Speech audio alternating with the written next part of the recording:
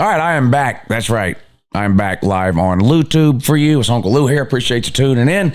I survived 8 days in Vegas, and I'm ready to get back to work. I barely survived 8 days in Vegas, but I survived, and I'm back on LouTube for you. And it's time for the much overdue and highly anticipated release of the first official 2025 We're Back ranking. If you're new to the channel or you need a brief refresher, the We're Back ranking is a ranking of teams whose fan bases every single offseason proclaim to the world that their team is back.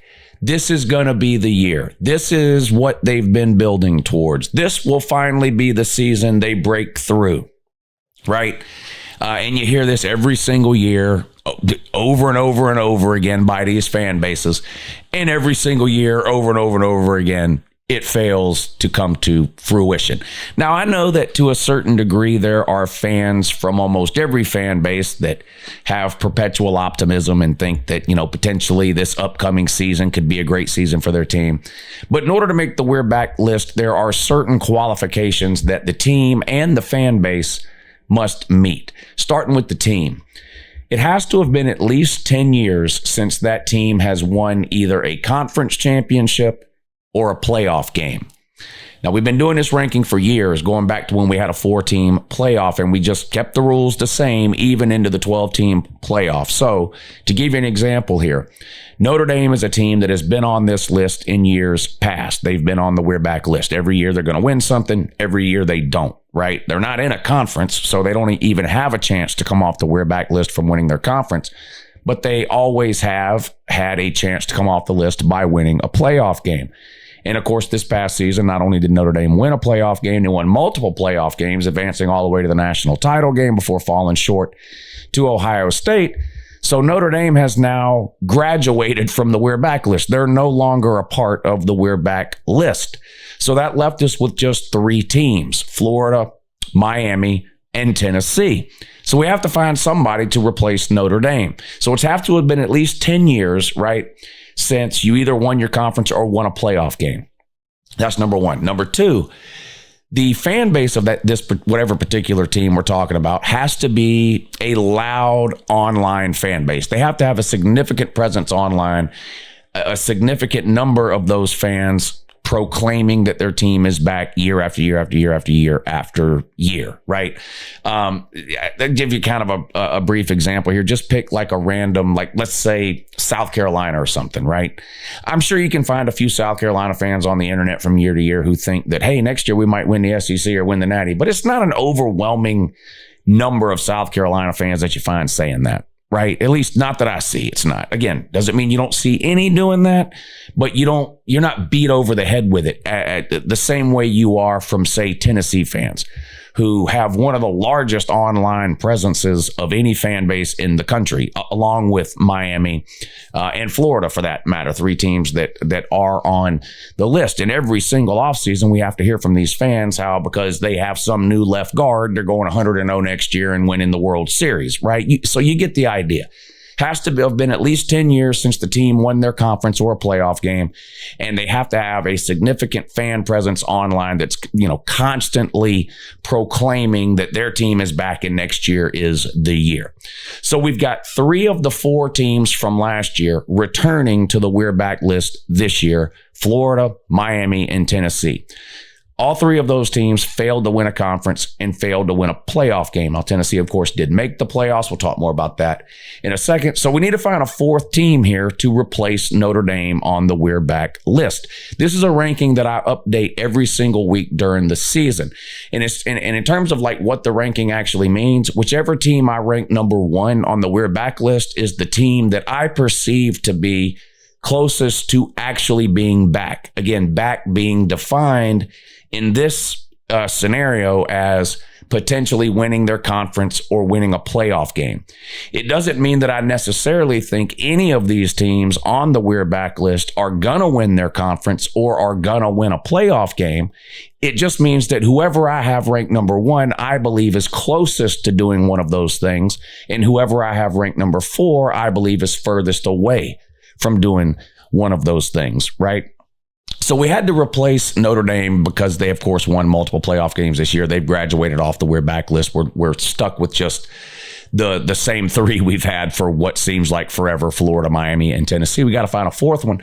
And I've been asking you guys, really going back several weeks, a little over a month now, I think, to help me pick who are we going to add to this list. And I've had a lot of suggestions from you guys, both in the comment section here on YouTube and over on Twitter and the Patreon page and everywhere else. Let me start with one of the teams that was recommended a lot. In fact, this may have gotten more recommendations or more votes than any other team, and that's Southern Cal. Now, Southern Cal fits a lot of the qualifications here. They're down right now. They've been down for a while, really. They haven't won a national title in about 20 years. 2004, I believe, was their last national title. However, and for some reason, I think some people tend to forget this, they did actually win a conference title less than 10 years ago. In fact, they won the Pac-12 in 2017. So while they meet a lot of the criteria, their fans are constantly excited. You know, they think the next defensive coordinator that Lincoln Riley hires is finally going to be the defensive coordinator that allows a Lincoln Riley coach team to actually have a real defense, which is just never going to happen. No matter how many Heisman Trophy quarterbacks they lose, they think the next guy in is setting records, and they think they're blowing through the Big Ten. They meet that criteria, right? Unfortunately, they don't meet the time frame criteria. They have won a conference title within the last 10 years. So I can't really include them on this list. So I had to cross them off. And that leaves me with three other teams that all received a ton of votes, a ton of comments suggesting that one of these three teams be added to the We're Back list. I'm going to talk about all three of these teams, and then I'll tell you what I've decided to do in terms of ranking these We're Back teams. Up first, Texas A&M. Now, besides just being a group of complete fucking weirdos, Texas A&M fans are extremely loud on the internet. They're arrogant. They almost live in some sort of alternate reality that they've created for themselves that no one else is able to see. And it starts with something as obvious as the whole service academy deal. I don't understand, and I don't think I'll ever understand, why a Texas A&M fan gets upset or feels the need to defend themselves when a statement is made that Texas A&M is not a service academy. That's just a factual statement. It's not an insult. It's not a put down. It's not a troll job. It's just...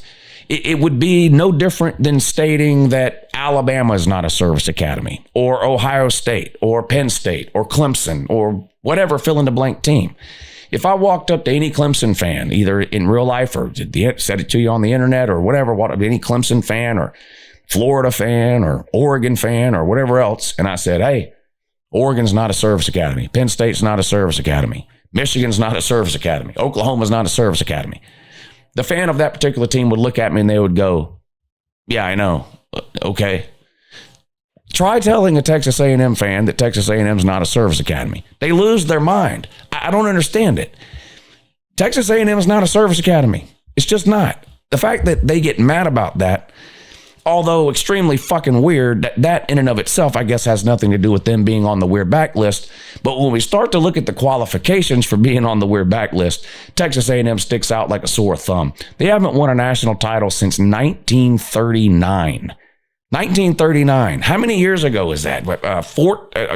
86 years ago since they won a national title? Now, that might sound embarrassing enough, and it is, but what if I told you that they have not even won a conference title since last century? That's right. Texas A&M has not even won a conference since 1998. 1998, a familiar number on the We're Back list, right? Tennessee man. But Texas A&M has not even won a conference since 1998. They've never made a college football playoff, whether it be a 4-team playoff or the new expanded 12-team playoff. They've been in the SEC for about 15 years now. They've never even made it to an SEC championship game, never mind actually won the SEC. Their fans think they're back all the time. Again, Texas A&M is one of the best examples of a fan base's view of reality not matching up with anyone else's view of what's actually going on. Texas A&M is a perpetual 4-loss team. In fact, it's gotten so bad now that a 4-loss season for Texas A&M is perceived by the rest of the college football world to actually be a pretty good season for Texas A&M. They are obviously not that close to winning a national title. They finally got rid of Jimbo Fisher a couple of seasons ago after paying him basically $100 million to no longer work there. They brought in Mike Elko. No, I like Mike Elko. And Texas A&M had a decent season last year. In fact, they were alive to make the SEC title game, which means they were technically alive to make the playoffs up until the last week of the regular season when they lost to their big brother, Texas. So, of course, they did not make the SEC title game, which means they did not win the SEC, and they, of course, did not make the playoffs. So they are obviously eligible for this We're Back ranking. Texas A&M was one of the schools that got a lot of votes, a lot of suggestions in the comments over the last month or so. Another school that fits this criteria, the Nebraska Cornhuskers. Now, Nebraska has probably been the worst of these three teams that we're considering, the first being Texas A&M, now Nebraska. I'll tell you the third one coming up here in a minute. Nebraska's probably been the worst of these three teams that we're considering to add to the We're Back list over the last 10 to 15 years or so. They just made a bowl game this season for the first time, I think, since 2016 or something, which means they've basically had 10 losing seasons in a row. Now you're going to go back and find some 6-6 seasons or a COVID season where whatever it was. But the point is they've basically been about a 4 or 5 win team for the better part of a decade. They have brought in a new coach, a lot like Texas A&M. Matt Rule's been there a couple of years now. And I do think Nebraska is a better team today than they were 3, 4, 5 years ago. But still, they're stuck in the sort of 6, 7 to 8 win territory. They've got a returning quarterback in Dylan Raiola, who's, people are excited about. He played a lot as a freshman, had some good moments, had some not so good moments, but they're in a very tough conference there up in the Big Ten. Same with Texas A&M being in the SEC. And I don't think anybody will be picking Nebraska to make the playoffs or win the Big Ten next year. Maybe they will, but they definitely fit the criteria. They do have a large presence on the internet in terms of their fan base. This is another school that creates sort of a weird reality. They talk about this home sellout streak that they have. Do y'all know the story about this with Nebraska? When your team has been as bad as Nebraska has been for as long as Nebraska has been bad, and they have been bad for a long time, you sort of reach and grasp for almost anything you can in terms of like a talking point to brag about.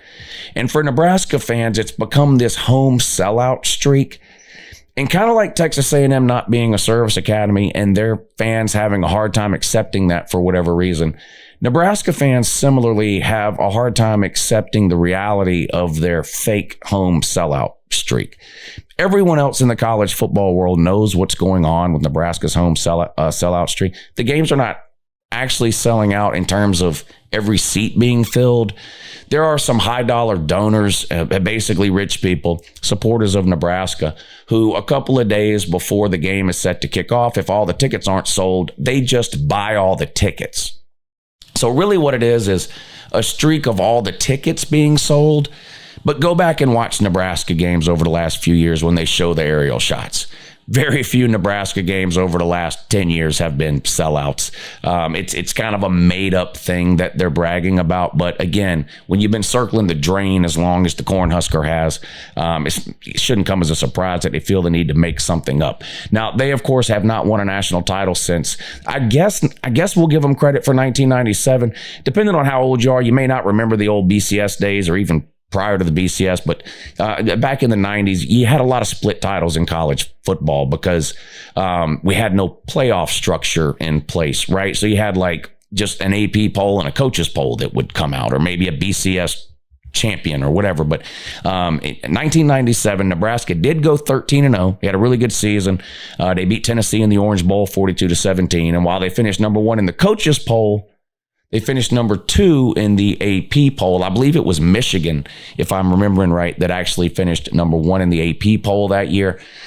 But again, there were a lot of split titles in that era. So I I'm willing to give Nebraska credit for that title in 1997.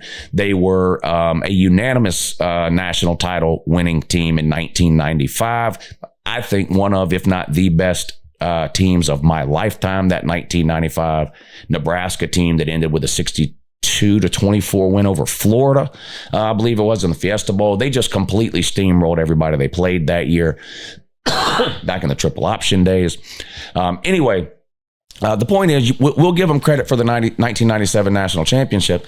But that's the last national championship they have, last century. Now, when you look forward to conference championships for Nebraska, the story doesn't get much better. They haven't won a conference championship since 1999. So just like Texas A&M, just like Tennessee, Nebraska has not won even a conference championship since last century, 1999. So they definitely qualify to be on this list. So Southern Cal, just, they meet some of the criteria, but not all, because they won a conference title in 2017. Texas A&M definitely meets all the criteria. Nebraska definitely meets all the criteria. So that's two potential teams we could add to the list. Who's the third team? I'm glad you asked. It's our good buddies just west of me here, the Auburn War Eagle Tigers, Plainsmen, or whatever it is they're calling themselves these days. Now, unlike the previous two teams, Auburn does have some significant success in the current century, but none within the last 10 years. So they are eligible for the We're Back list. They've got a significant presence online in terms of their fan base. The majority of them are completely delusional.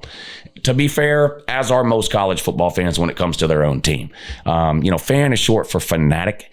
It's hard for a lot of fans to accurately sort of judge their team, right? So maybe Auburn fans are no different in that regard. But Auburn did win a national title in 2010. So they've won the most recent national title of any team competing to get on the We're Back list, and of any team currently on the We're Back list, a point that we'll come back to when we get ready to rank these teams coming up here in a few minutes. But they did win a national title in 2010. That was the Cam Newton year, back when Gene Chizik was the head coach. They were 14-0. They won the SEC in 2013. So only 12 seasons ago, they won the SEC, but 12 is more than 10. So they are eligible for this list here. Goose Malzoon, our old buddy, Reed Option, beep, boop, was the head coach back in 2013. They went 12-2 with an SEC championship. Now, they almost made the playoffs back in 2017. They beat Georgia and Alabama in the regular season to close out their regular season, earning themselves a spot in the SEC championship game, a game that if they would have won, it's widely believed they would have made the 4-team playoff that year, even though they had 2 regular season losses. However, they came up short in the SEC championship game against Georgia, so they did not win the SEC, did not make the playoffs. So Auburn qualifies here. Large delusional fan base online, no conference championships, national championships, or playoff wins in the last 10 years. In fact, Auburn has never even made the college football playoff. Neither has Nebraska, neither has Texas A&M, neither has Southern Cal for that matter, but Southern Cal crossed off the list because of their conference championship in 2017. So the 3 contenders to take Notre Dame's spot on this season's We're Back list: Texas A&M, Nebraska, and Auburn. Here's what I've decided to do. In the past, we've always had 4 teams that were on the We're Back list, and I've ranked them 1 through 4. I'm going to continue to do that. However, I'm going to include all, 7 now, I guess, of these teams in the We're Back rankings. But I'm only going to rank 4, the 4 that are closest, like I mentioned, to being back. And then the other 3, every week we'll have you can look at it the same way a top 25 ranking would have an others receiving votes, okay? So I'm going to rank the 4 teams that I think are closest to being back in order from 1, 2, 3, and 4. The 3 teams that are left over, or I guess it would be 2 teams left over. The 2 teams that are left over will be, just others receiving votes. And every week during the season, or whenever I update this We're Back ranking, we'll have a chance. Maybe you move out of the others receiving votes into the 4 spot. Maybe you drop from the 4 spot into the others receiving votes. I just had a hard time narrowing it down to just 4. And because you guys were so good about providing me with suggestions and recommendations on what team should take the place of Notre Dame, I felt like I should include all of the teams that got significant numbers of votes, with the exception of Southern Cal, like I mentioned, because they did win the conference back in 2017, making them ineligible for the We're Back list according to my criteria that I have created for this We're Back list. So here are the 6 teams, I guess, going forward for this season, the 2025 season, that will be included in the We're Back rankings every time they are updated, which again, during the season, they are updated every Sunday on the Your Season is Over video. During the off season, I will probably only update this We're Back ranking 2 or 3 times, the same way that I only update my top 25 2 or 3 times during the off season. My top 25, by the way, my first 2025 way too early off-season top 25 ranking for next year. My first one of those will be out probably Thursday. I'll always wait until after signing day, which is Wednesday of this week, before I put out my first top 25 for the next season. So we'll do that Thursday or Friday. I update my top 25 ranking after the spring games are played in April. So usually around the first week of May, I update the top 25 for the second time. And then I do a final sort of official preseason ranking the first or second week of August heading into the start of the season. So maybe we'll update the We're Back rankings, I guess, on maybe a similar pattern. So here's the 6 teams we're going to be judging for this year's We're Back rankings. We're going to have the 3 teams that returned from last year's list: Florida, Miami, and Tennessee. And we are adding to the list Texas A&M, Nebraska, and Auburn. Is that right? How am I adding this up? Is that 7? Let's try this again. Florida, Miami, and Tennessee are back on the list. We're adding Texas A&M 4, Nebraska 5, Auburn 6. 6 teams. All right. Again, I just got back from an 8-day trip in Vegas. So, brain not completely caught back up into work mode here. Plus, I caught a little bit of a bug out there or something. Anyway, it doesn't matter. Those are the 6 teams. Florida, Tennessee, and Miami returning to the list from last year. Notre Dame falling off the list. So Florida, Tennessee, Miami. We're adding to the list Texas A&M, Nebraska, and Auburn. All right, here we go. What are the We're Back rankings right now, off-season 2025? Number 1 was hard for me to come to a conclusion on. There are 2 teams I considered for the number 1 ranking, and there are cases to make for both teams. We'll start with Tennessee. You can make a case to put Tennessee on the number 1 in the We're Back rankings, right? They've had a couple of really good seasons in the last 3 years. I would say a couple of years ago, was it 2022? I guess they had a really good season. 2023, a little bit of a step back. 2024, this past season, they went 10-2. Did not play in the SEC championship game, but they did make the playoffs. So they're the only team out of these 6 teams in the We're Back rankings that have ever made the playoffs, and they made it last season. So if you just look at sort of the trajectory of all of these programs and sort of how they've done in the near past, sort of the last 2 or 3 seasons, Tennessee has kind of been the best of the bunch, generally speaking, over the last 2 or 3 seasons. So there's an obvious case to make for Tennessee, I think, to be number 1 on the We're Back ranking, which again, number 1 on the We're Back ranking means you're the team I think is closest to actually being back. Being back meaning winning your conference, winning a playoff game, or winning a national title, right? I also think you can make the case for Miami at number 1. Now, Miami did not make the playoffs this past season and has not made the playoffs since the playoffs became a thing back in 2014. They haven't won the conference in over 20 years. In fact, they've never won the ACC. You have to go back to their Big East days to find a conference title for Miami. They've been in the ACC for 16, 17 years now, whatever it's been. No, 20 years. They've been in the ACC for 20 years. They've been in the ACC since 2004. They've never won it. So while it appears that Tennessee, may be closer because they've made the playoffs or whatever the case, the fact that Miami is in the ACC and Tennessee is in the SEC, I believe provides for an easier path for Miami to do one of the things that would get them off the We're Back list than Tennessee, right? Even if you're a Tennessee fan, you would have to admit, it's easier to win the ACC than it is the SEC, right? And if you win either of those leagues, you automatically get into the playoffs. And if you're in the playoffs, then you have a chance to at least win a playoff game, which would get you off the list, right? So I think Miami has an easier path to get off the list. I think Tennessee has had better teams over the last couple of years and has come closer to actually getting off the list than Miami has. So it was tough for me to decide on which one to put number one and which one to put number two.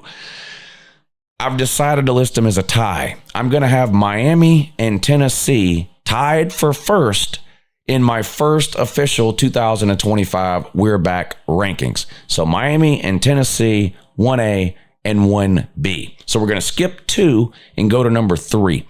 Who's third on the We're Back rankings, the first official We're Back rankings of 2025? Miami and Tennessee already off the list. So we've got Florida, Texas A&M, Nebraska, and Auburn. 3 of those teams are in the SEC, one's in the Big Ten. So none are going to have an easy path to winning a conference. They're in the 2 toughest conferences that exist, right? The SEC and the Big Ten. So going to be tough for any of them to win the conference in the same way that it's going to be tough for any team in those 2 conferences to win the conference. Now, you don't have to win your conference to get into the playoffs. There's plenty of at-large bids. Tennessee got into the playoffs last year through an at-large bid. And so, the opportunity exists for one of these teams to get in. Who do I think of those teams is closest to actually being back, closest to either winning a conference title, winning a playoff game? Would it be Florida? Would it be Texas A&M? Would it be Nebraska? Or would it be Auburn? I'm going to go with Texas A&M. And again, this doesn't mean that I think any of these teams are actually winning the conference, making the playoffs, winning a playoff, anything like that. This is just who's closer, right? Texas A&M was one game away from making the SEC championship game this past season. The last game of the regular season, they hosted Texas, and it was a competitive game. What was the final score of that? 14-6, 20-7. In other words, it wasn't a blowout. It was a boring game, if you remember. But had they won that game, they would have been in the SEC championship game. And of course, if you make it there, you at least got a chance to win and a likely playoff team, right? So I'm going to put them next. So we're going to have Miami and Tennessee tied at 1. I'm going to have Texas A&M at 3 because we're skipping 2 because you got 2 teams tied for first. Does that make sense to you? Miami and Tennessee tied for first. Texas A&M at 3rd. I like Mike Elko. They do have a lot of talent there. I think they have a more favorable schedule than Florida, for example, in the SEC. So I have decided to put Texas A&M at 3rd. So for 4th, we've got 3 teams to choose from here for 4th place. We've got Nebraska out of the Big Ten, Auburn and Florida out of the SEC. I'm actually going to go Auburn 4. I think Hugh Freeze is a good coach. I've been talking about this since Auburn hired him. I don't like him as a person or as an individual, but that doesn't have anything to do with his ability to coach football. I think he's a pretty good offensive mind. Auburn's got a lot of talent. They lack quarterback. Hugh Freeze, any Hugh Freeze coached team is going to have a ceiling that they bump their head on unless they have a quarterback that can run Hugh Freeze's offense at a high level. They clearly have not had that the past couple of seasons. Turnovers were a major issue for them. They've gone out and got Jackson Arnold out of the portal, the sort of, I don't even know what you call him, quarterback at Oklahoma this past year. He was benched 3 or 4 different times, mostly for turnover issues.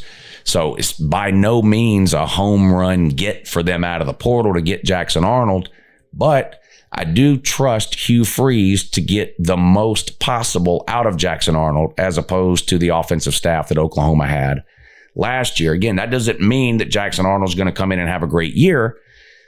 If he has the ability to be great, though, I think there's a better chance Hugh Freeze extracts that out of Jackson Arnold than the staff at Oklahoma. So the potential, at least, I think, is there at Auburn. If Jackson Arnold can have a really good year, I think the potential is there for Auburn to maybe overachieve in 2025 or at least exceed some expectations.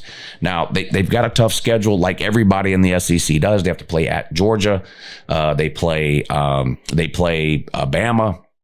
So it's not going to be easy by any means for Auburn. But again, in terms of these We're Back rankings, I'd have to put them at 4. All right, so that leaves us with Miami and Tennessee tied for first. Skip second. Texas A&M at third. Auburn at 4. So that's going to be my first top 4 of 2025 We're Back rankings. And then we're going to have like the others receiving votes, right? My others receiving votes would be Nebraska and Florida. If you wanted to know what order I would put those 2 in, I would have Nebraska slightly ahead of Florida. Now, Florida fans are very excited for next year because DJ Lagway threw 12 touchdowns and 10 interceptions last year. I can't figure it out. They lost 5 games. They're building statues down there. I don't understand it. I think Billy Napier is a terrible coach. In fact, if you look at all of these teams that are on the We're Back list, Miami's got Cristobal. Tennessee's got Josh Heupel. Texas A&M has Mike Elko. Nebraska has Matt Rule. Auburn has Hugh Freeze. Florida has Billy Napier. I think he's the worst head coach of the 6 on these teams that we're looking at for the We're Back list. Again, 7-5 last year, and they're ready to throw parades and build statues down there because before that, he never even had a winning season. Florida's schedule is absolutely brutal again this coming season, and I just don't see Florida getting past the 8-win mark. And while that might be an improvement for Florida if they win 8-4 next year, as opposed to going 7-5 or worse, like Billy Napier's done every other year he's been at Florida, while that might be a slight improvement over this year, 8-4 is not going to get you anywhere close to getting off of this We're Back list, because you need to win your conference or win a playoff game, and 8-4 is not going to enable them to do either of those things. So I'd probably have them last, but again, Nebraska and Florida would be in the others receiving votes. So there you go. Miami and Tennessee tied for first. Hard for me to decide who's closer to being back. I think Tennessee's probably a little bit better of a team. I think Miami's got an easier path to get off the We're Back list because they're in the ACC as opposed to the SEC where Tennessee is. So I've got them tied for first right now. I've got Texas A&M in second. They were close to making the SEC championship game last year, losing the regular season finale to Texas. Had they won that game, they would have been in the SEC championship game. So they're pretty close last year. I like Mike Elko. There is some talent there. I've got them third. I've got Auburn at fourth because I believe that if Jackson Arnold plays well in that Hugh Freeze offense, Auburn could potentially be a problem in the SEC. And then I would have Nebraska and Florida and the others receiving votes. And if I had to rank Nebraska and Florida, I'd have Nebraska slightly ahead of Florida because Florida's complete dog shit. And Billy Napier is the worst head coach of any of these 6 teams on the list. Type down below, cry some more. I'll talk to you again soon. Have a good morning.